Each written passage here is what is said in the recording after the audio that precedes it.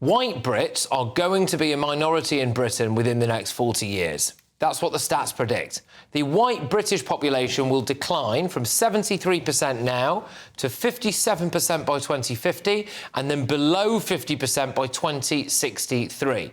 By the end of the century, it looks like white Brits could make up just 33.7% of the population. In fact, by 2100, 6 in 10 people in the UK will either not have been born here or will have at least one immigrant parent. That is according to Professor Matt Goodwin. The Muslim population currently stands at about 7%. Apparently, it will become 11.2% in the next 25 years, and Muslims will make up nearly 20% of the UK population by the end of the century. That's according to this study. Look, people might quibble about the numbers in this study, but I think they're lying to themselves. Go outside, look around. Everyone's noticed the demographics at primary schools. You see the demographic changes if you go to visit relatives in hospitals. You see it when you go to Birmingham, to Bradford, to Blackburn, to Bury. In fact, in Burnley, they have just elected a local councillor who wants men and women to be segregated. So she's an 18-year-old medical student. That bodes well, doesn't it? On that note, this happened in Parliament today. Given the Prime Minister's desire to strengthen strategic alignment with our European neighbours, will he, in the interests of public safety, follow the lead of France, Denmark, Belgium and others and ban the burqa? Right, so MPs, who are clearly massively out of touch with public opinion, just drew audible gasps at that. Some of them walked out. It's not actually a radical position to want to ban the burqa. Here's why. In 2011, both France and Belgium introduced bans on the face coverings. And in 2017, Austria followed suit, with Germany also banning face coverings for government employees in schools and in courtrooms. More recently, Denmark has banned the burqa in all settings. Norway banned them in schools and colleges. Well, they're not all far-right fascist nations, are they? In fact, quite the opposite. Well, I think a burqa ban is actually probably a very good thing. Here's why. It would force more integration into Britain. Then you've got the national security argument. Look at this. This is terror suspect Mohammed Ahmad Mohammed, who fled by walking into a London mosque, showing his face, as you can see in that picture there. Then he went into the mosque, put a burqa on, and legged it, right? So it's a problem, isn't it? Islam shouldn't give you a free pass to hide your identity, I'm afraid. A Muslim woman who barely spoke a word of English cheated in her driving theory test by hiding a Bluetooth speaker under her hijab. Now, imagine what she could have got away with if she had the full burqa on. It would discourage immigration, as well, from fundamentalist Islamic countries. If they can't wear the burqa here, they'll have to go elsewhere, won't they? Now, of course, Sir Keir Starmer is never going to ban the burqa. But despite everyone knowing that, the man still couldn't bring himself to give a straight answer to a straight question. But I'm not going to follow her down that line. But now she is here and safely in her place, perhaps she could tell her new party leader that his latest plan to bet £80 billion of unfunded tax cuts, he's no idea how he's going to pay for it, is Liz Truss all over again. Why can't you just answer a question? Just say no. No, I'm not going to ban the burqa. Because we all know that's what he thinks. Anyway, he just can't answer anything honestly, can he? Burqas or no burqas? The fact is, I think it might not be too long before Britain is a Muslim country. Let's get thoughts from my panel. Director of the Popular Conservatives, Mark Littlewood. We've got businessman and activist Adam Brooks and broadcaster Nina Mishkov. Let's deal with first things first, if that's all right. Adam, I want your views on this first. Ban the burqa, yes or no? Yes, I don't think anyone should be able to cover their face in public. I think it's a security issue. I was only in Oxford Street earlier. There were young youths in black puffer jackets and COVID masks. I don't think that should be allowed either. There's a real integration problem as well. I think humans should show their face. It's part of who we are. We communicate via our face and our emotions. As you're right, you cannot integrate if you're not showing your face. And I do worry how many of these women are forced to do that. It's all right saying that many do choose to do it. I'm sure they do. but many are told they cannot show their face. What do you reckon, Mark? Well, it's interesting what you showed about those other European countries, Patrick, and I don't know the specifics of the law in each and every one of them, but what was banned was face coverings, right? Now, that seems to me eminently reasonable. You can't walk into a bank wearing a balaclava or a motorcycle helmet. In courts of law, I think you need to see the whites of the eyes of people. Interesting cultural point that Adam raises as well. Generally, if you can't see each other and express facial expressions to each other, it's problematic. So I wouldn't go for the burqa per se, but I don't think that we should make exemptions based on a particular religious preference for wearing a particular You're right. The elegant solution is to ban all face coverings in public places, isn't it? I think that would make sense, with obvious exceptions like it's -20, you know, and you can probably wear a balaclava there. But Nina, your take on this? Now I must be quite surprised. I understand you are in favour of a burqa ban. I am, because of these two good arguments here. But I also find it very upsetting, personally, when I see a woman with her face covered and no identity at all. And it may be that she's chosen because she's been brought up in the custom and the culture and the religion, and that is a natural thing to her. Mm-hmm. I still find that very upsetting, because as a woman, I would like to be able to express myself and be the person that I want to be. And I feel that there's a restriction on women like that. But as I say, but obviously, but there's the whole security thing. I mean, going through passport control, you know, anything, a court of law, you've got to be able to identify people. Look, we have got a massive problem with both unemployment and integration in this country. And whilst some women who wear the full burqa do work, we've had cases actually that were deemed relatively controversial, where there was a female primary school teacher who was in the full burqa, and some of the parents, some of the pupils were very young. Some of them were a bit like, well, a bit freaked out by it. No, that was just what their testimony was, and there was a bit of a hoo-ha about that. Should she be allowed to wear the burqa in the classroom? All of that. So some of them, you know, do work. But I would look at this, Mark, and I would suggest that if you are a woman in a full burqa in a lot of places, for example, you know, parts of inner city Bradford and places like that, I'm not sure you're working as well. I think maybe there's a very patriarchal culture there where you are expected to cover up and stay at home. My God, I'm the pinko lefty on the panel. I didn't think this would ever. Look, if there's a suggestion that any uniform is not being worn with consent, let's tackle it there and then. Right? And we have a litany of cases in which we're not willing to take on the Islamic community for fear of being called out as racists, right? So I would much prefer to look at the problem down that end of the telescope.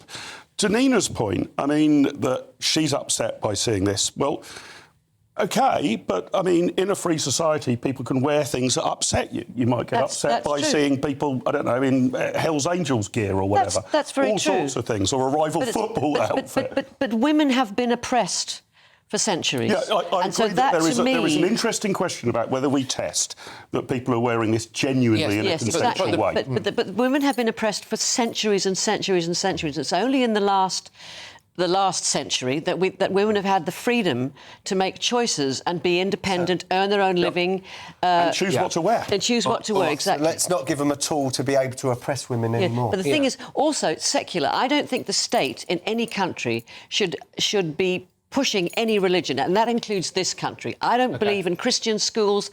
I don't believe in Muslim schools. It should be completely secular. Let's move on to the second part of this discussion, which is, of course, the study there that indicates significant demographic and national change in Britain. And there's basically two bits to that, which is that white Brits are going to be a minority in Britain within the next 40 years, and that we're going to see a huge rise, a more than doubling of the Muslim population in Britain by the end of the century. It's not doubling. It's up to 20% by the end of the century. From 7%. From 7%. That's not doubling. 7 to 20%. Well, It's tripling. It's more than doubling. I've sat on this settee before, and Nina's had a go at me because I've brought up Whitechapel. Now, my whole family's from Bethnal Green and East London, so I go that way quite a lot. Now, I've made an observation before that I've walked from one end of Whitechapel High Road to the other. It's about 10-15 minute walk, and I haven't heard someone speak English once. Now, we have pockets of cultural change like that all over the UK. And at the end of the day, on that path, and especially if Reform or the Labour Party remove the two-child cap, we have communities that generally have more kids than us. And it's only going to get more evident. We're going to get more Whitechapels, more Lutons, more Bradfords, because these people have more children than us. So let me. I'll go to Mark and then you, Nina, if that's right. So what the argument against any criticism of this study will be is that basically you're racist if you care about it. Yeah, I mean, it's Matt Goodwin's study, isn't it? And I think Matt would accept it is a trajectory over a very long period of time.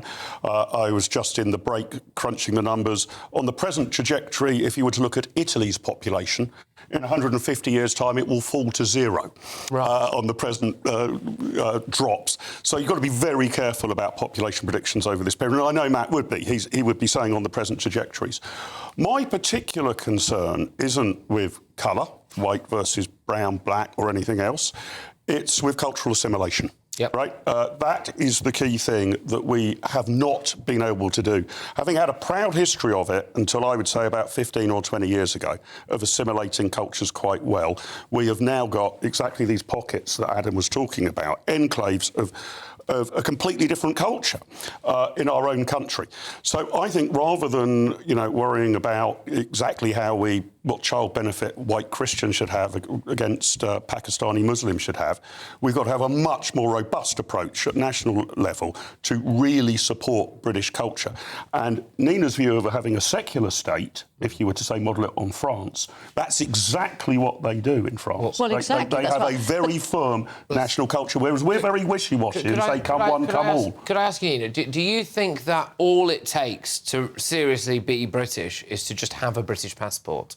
No, there's centuries, there's eons of tradition, and of course people should be proud of Britain and proud of being British. But I find that report repulsive in many ways, because what's wrong with the fact that there are more black faces than white? You say you're not worried about that, but there are many people who are, and I find that repulsive. What I also find really repulsive is the fact that he talked about that it's not just immigrants, it's the children of immigrants. And a child of parents of which one of them is an immigrant is a foreigner, basically, is what he's saying. That means me. That means me. How dare he? My father was Polish. He came to this country to fight the war for this country. So there's Matt's report saying that I am an other. I am not British. That's exactly what he's saying. Would you agree, Nina, that generally speaking, that the Polish community has assimilated brilliantly well into British society, and the Islamic community rather less so? Would you? I agree. So what would you do to try and assimilate the Islamic community rather better than we've done to date? Because we have to have stricter laws. We do have to have stricter laws to make people learn the language. We have to have that. I mean, it's not just the language. I mean, my worry is we're teaching people in schools that Britain's history is one of slavery, imperialism and oppression. I don't think we are not teaching kids in schools as much that there's an awful lot to be proud of. In fact, Britain has contributed more to the world than any other nation in the last 200 years. You've swerved very cleverly on my point. And that is one of the flaws, one of the many flaws about this report. As you say, the projection is for 75 years' time, when anything could happen. A meteor could have hit this planet, we might not exist. None of you will be alive. Patrick. What are we talking about?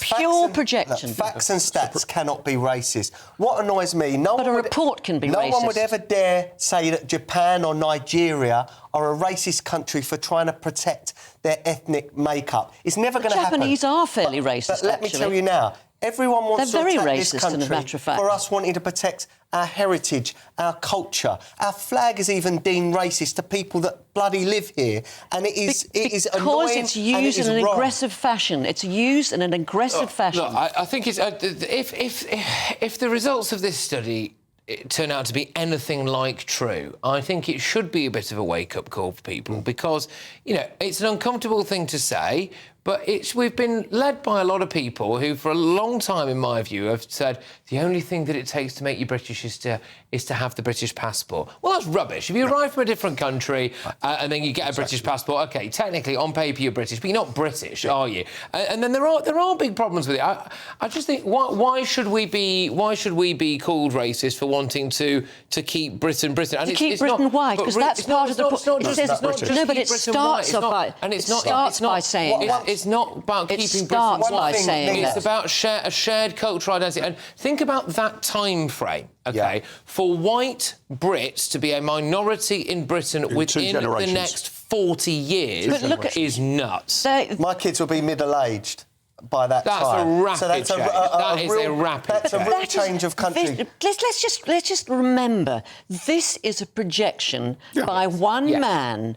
Yeah, I mean, I respect his title. day. I don't respect his views. But And he has a political... the point of He has these a political projections- agenda. He has a political agenda. He may have his own political opinions, but the reason these sort of studies, I think, are useful is they say, if we carry on going the way we're going at the moment for long enough, this is where we'll end up. All sorts of economic projections are made on the same basis. Now, it might be that encourages a tilt in policy and you don't continue on the same path. But he is technically correct that if we carry on the path that we are on... And that cannot Totally the numbers at extreme. the end It of is it. totally extreme. It's one man's view, and it's projected it's just a till the mathematical end of the equation. century. Well, in a way, I hope we don't have to find But out the opinions are. reality of whether or not he was right. Maybe we could do something with our immigration policy. But anyway.